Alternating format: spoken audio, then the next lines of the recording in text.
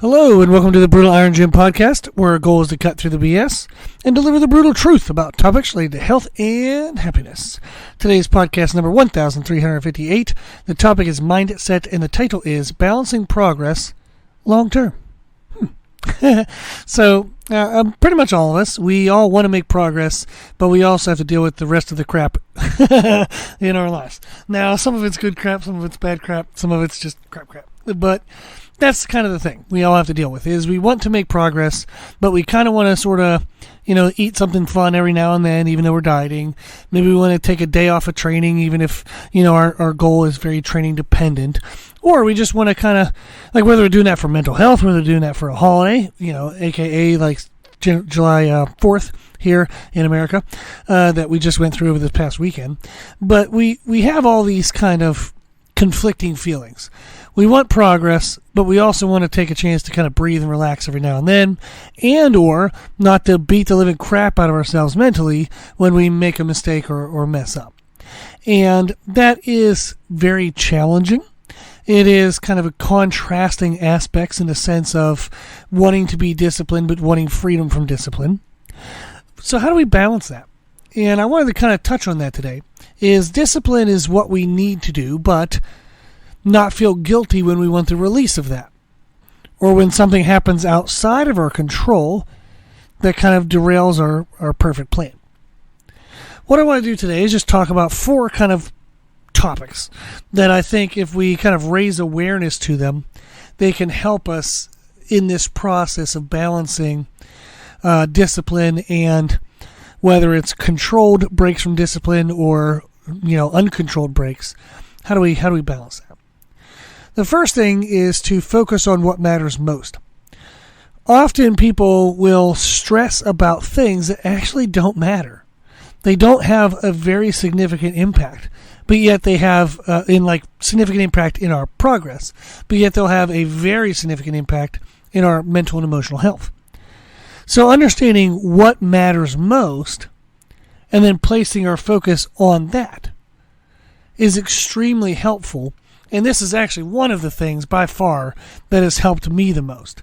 So I deal with this just like everybody else would deal with this, is, I have a version of myself that I want to be. I have a version of my life that I want to create. And sometimes that's easier to do than other times. And how do I balance the kind of variance from time to time? The number one thing for me has been to learn what matters most. That's one of the reasons why I invest so much time and attention into nutrition and training. This is my passion. I've been doing it since I was 15 years old. I started reading about nutrition as much as I could. I would get magazines, because at that time we didn't have internet. So I would get as many magazines as I could. I'd buy books whenever we got to a bookstore or a Walmart, if there were some books at the local Walmart. But I would read as much as I could. And then when we started getting internet, I started, downloading whatever videos I could, reading any articles I could. This has been something I've been doing for 23 years. This is my passion. This is the only hobby I have. I'm a very boring person, probably. I don't do anything else. I don't, go fishing. I don't work on cars. I don't do anything. Literally, this is all I do all day. And it's all I've been doing for 23 years. So I'll train, I've had, family members and friends laugh, is I'll be training people, especially back whenever the gym first opened, Brutal Iron Gym first opened, I was training 10 to 12 hours a day. That was face-to-face, in-person, 10 to 12 hours a day. And when I would take, an hour break to go eat lunch, or at the end of the day when I'd be eating something before going to bed, I was watching training or nutrition videos on YouTube. So it's what I love. I love it. And what has helped me the most over the years through that education is learning what matters most. Now, we have podcast number 1232, which I've mentioned a bunch of times. It's a nutrition podcast titled Start Here. And what it does is it kind of breaks down the steps you should take when wanting to focus on your nutrition. What are the most impactful components? Number 1 is simply calories. Now, you'll hear everything under the sun whenever people want to get clickbait and they want to get views or whatever, and say that counting calories doesn't work or counting calories doesn't matter. You have to track your food in some way. So if you count calories, is it true that if I eat, 100 calories of a food, do I actually ingest and then have 100 calories for my body to use or to possibly store as body fat? It's true that that's not true. So there's a term called thermic effect of food, which refers to the calories we have to burn to break food down. So if I eat 100 calories of something, I might have to invest 8 calories of energy to break down the food to get the 100 calories out. So I might have a net of only 92 calories. Now, that thermic effect of food is different per food. And so, whether something's a powdered drink.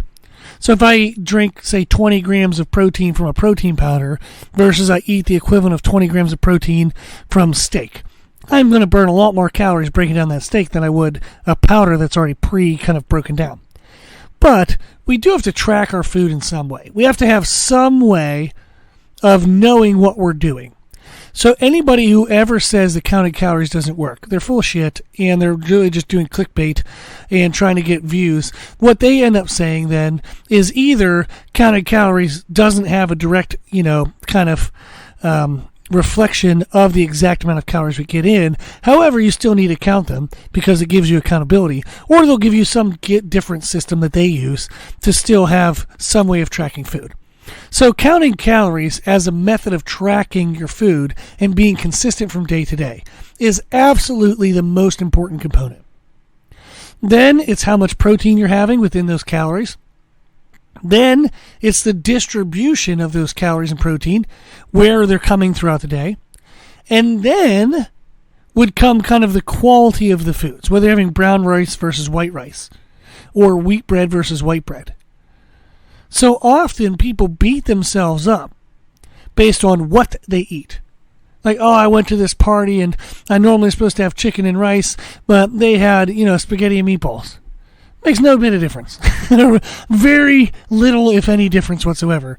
If the calories were the same between the two meals and the protein was the same between the two meals, then it's absolutely no difference, really, in the way you look, the way you feel. So rice will break down about as fast as the pasta would have anyhow. So there's not even much of a difference in digestion rates. But yet people will beat themselves up about that. So a lot of people have a lot of stress based on what they eat. They then feel like they screwed up the day. They feel like a loser and a failure. And then they just eat whatever the hell they want for the rest of the day because might as well, screw up the whole day since I screwed up that meal and everything's screwed up anyhow. So we often fail at long-term success because we don't know what's actually most important. We beat ourselves up for things that aren't important. We then decide to kind of cave on everything based on something that actually wouldn't have had that negative of an effect. So understanding what matters most helps a lot when it comes to nutrition. Also, training. You might have an idea of what your perfect workout is, but life gets in the way. What do you do when you can't do what you want to do? And when it comes to training, what really matters the most is muscle damage. Even if you want to get better at cardio, damaging muscles can help. If I want to get stronger, damaging muscles can help. If I want to get bigger muscles, then damaging muscles is exactly what you want. But that's what helps the most. So if I don't have the right thing to do or the perfect plan to do or whatever it was that I wanted to do, if I can just do, set a 10-minute timer and do some bodyweight squats, crunches, and push-ups. Just move. Do something that challenges your muscle tissues. Does going for a 10-minute walk help? Sure. Is it the most effective? No. But it's better than nothing. So if you're the person and you're in the mindset, you're like, you know what, I don't feel like doing a bunch of squats and push-ups. Those aren't very fun. I'm just not in the mood for that.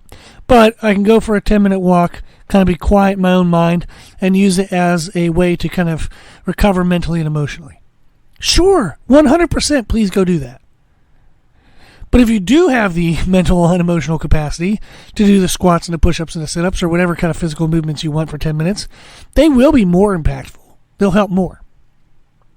There's a podcast number 181, so a while ago, but a podcast 181. It's a training podcast titled Using Muscle Damage for Fat Loss. If you check that out, you'll hear the description of why creating muscle damage is helpful for pretty much any goal, including fat loss. So don't worry about burning calories as much as you should worry about damaging muscle tissue. That actually has a better overall long-term effect.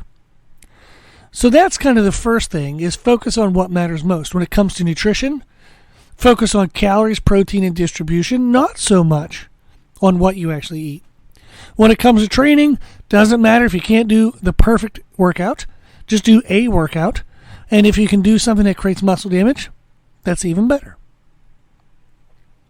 Next thing we want to look at is understanding our perspective of the process.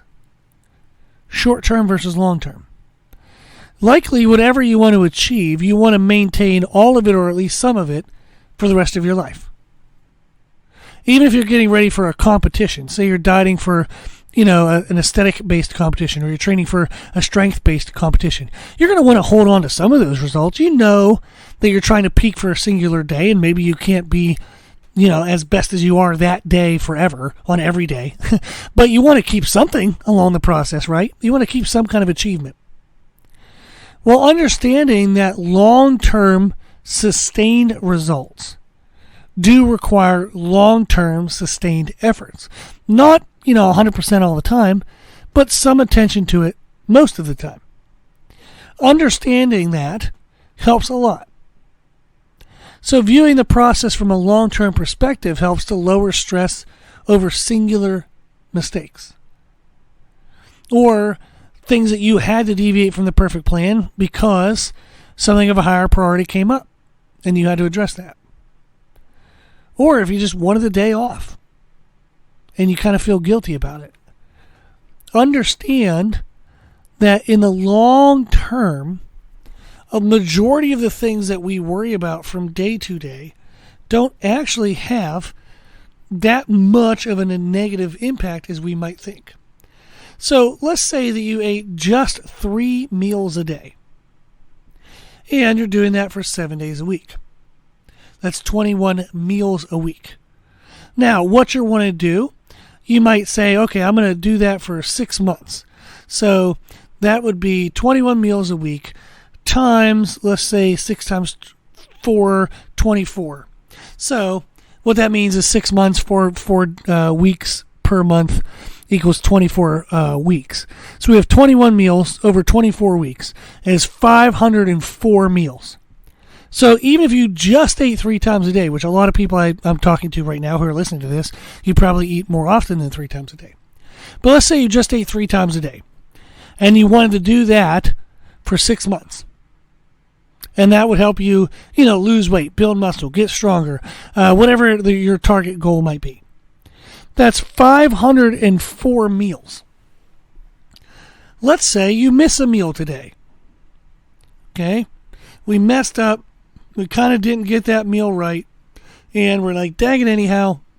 I can't believe I messed this up. What am I going to do? Well, remembering that meal was 0.002% of the whole process. 0.002%. Not 2%, 0.002%. So if you missed that one meal, you messed up. You made some bad choices, whether, just kind of gave in to temptation, or there wasn't great things around, something was outside of your control. Maybe you just, whatever it was, the meal didn't work out the way you wanted it to. You're bummed, and you're thinking now, screw everything, I'm a failure, I might as well quit. You're going to let one meal, which represents 0.002% of your whole process, cause you to give up the process. We can see how in that context that would not be reasonable. I'm not going to throw away a whole process and a big goal of my life just because I messed up 0.002% of it. It's ridiculous, right? So understanding long-term perspective helps. That way we don't freak out when something short-term doesn't quite go our way. Next thing I want to cover is guilt. We often will feel guilty when we try to enjoy ourselves over a holiday weekend or a special event. we want to have the piece of cake, but then we feel like a loser because we had a piece of cake, and we're always going to fail because we're always going to choose the cake. Like our minds go nuts, basically. There's podcast number 827, which is a nutrition podcast titled Enjoying the Holidays Without Guilt. And that's going to help kind of organize your perspective around that occurrence. We also have, what happens if I just want to take a day off? I'm mentally burned out. I just don't want to track my information in my food tracker today. I just kind of want to eat when I want to eat. I just want to take a nap in the afternoon rather than work out. I just need to take care of myself emotionally and mentally today. That's okay. If that's an investment you make in one day, so you can sustain this for, sets of tens of days, 30, 40, 50 days, whatever it might be, or even just a week. If you take one day a week to just not track anything, sleep in a little bit, and just take care of yourself, it's not going to be bad. You're still doing stuff 6 out of 7 days. That's great. So you're still going to be making progress. That's still, I think that's like 84% or something like that. You're still doing things right 84% of the time. That's still pretty damn good. 84% is probably a hell of a lot better percent than it was before, right? So it's okay to take time to take care of yourself. Podcast number 908 is a mindset podcast titled Addressing Self-Care Guilt. You don't have to feel guilty when you want to take care of yourself. That's okay. And then sometimes we have guilt of good decisions. How crazy is our brain that this happens? So, for example, let's say that there's something like, I'll give an example. So, let's say one day I'm planning to work out at, say, 4 or 5 in the evening, like afternoon, evening. I go throughout the day, some stuff comes up, somebody has a bad event in their life that's close to me and I love them, and they need some help. They either need physical help that I need to go and help them, or they might need emotional help. You just have to go be present. Give them a phone call. Maybe sit and talk with them. Have dinner with them. Just be there. That is a higher priority than the workout. Taking care of a loved one emotionally, mentally, or doing something physically for them when they're in need of it, that reasonably is more important than a workout. But you might still feel guilty by missing the workout to go take care of your loved one. It was a good decision, but you do still have guilt of what you missed out on. That happens. Podcast number 359 is a mindset podcast titled Dealing with the Guilt of Good Decisions. Sometimes you will pick the right thing, and you'll still kind of feel bad about it. You wouldn't necessarily change it, but you are bummed about what you missed out on. That happens. That's actually just kind of a part of life that you can't do much about. But how do we come to terms with that? And that's what podcast 359 will help with. The last thing that I want to give kind of advice to is be motivated to control what you can, so that way when what's outside of your control happens, it doesn't beat you up so much. If you're controlling what's within your control, then you're going to feel better because you're taking care of what you can take care of. Then when things come at you outside of your control, you're like, you know what? I can't do anything about that, but I can do things about this, and I'm crushing this, so I know I'm still on track. The more motivated you are to control what you can control, the less detrimental what you can't control will feel. Podcast number 608 is a mindset podcast titled To Control More, You Must Control Less. That sounds, of course, kind of odd, but there's a good point to it. But podcast 608, To Control More, You Must Control Less, kind of explains this aspect of control and the change of perspective we can have to improve our feeling of being within control, even though we can't control a significant part of life. But we want to have some sense of control. These are things that can help you balance progress long term. Focusing on what matters most so you stress about only what matters most. having your expectations set as a long term, addressing guilt over moments where you just want to take the day off, you want to celebrate a moment, you just want to take the time for yourself, or you make a good decision, but sometimes it negatively impacts what you wanted to do. And we want to control as much as we can control, so that way what we can't control doesn't kind of beat us up so much. I hope that you check out any of the podcasts that kind of sounded interesting to you. And then if you have any questions or you need any help or you just want somebody to listen to your story, I'm always available. My email is brutalirongym@gmail.com. I appreciate everybody listening to the podcast. I appreciate your support, and I hope you always feel supported by us. If you like our podcast, please consider sharing it. Share it on social media. It does reach the most amount of people, but you can even share it in a conversation with a friend. We just want to share it because the more people that know about it, the more people can be helped by it. Thank you to the patrons of the podcast, the people who financially support the podcast, which you can now do on our website, www.brutalirongym.com. You can do a one-time donation, monthly donation, yearly donation. The podcast is well over $1,000 a year for hosting costs, so the financial help is truly, truly appreciated, so we can continue to do this every single day and keep it for free. Also, if you like the information we share in our podcast, you can find more from us on our social media channels on Instagram, Facebook, Twitter, and YouTube under the name Brutal Iron Gym. If you have any questions, feedback, suggestions, anything you want to know, let us know at our email, brutalirongym@gmail.com. As always, I hope this was helpful, and thank you for listening.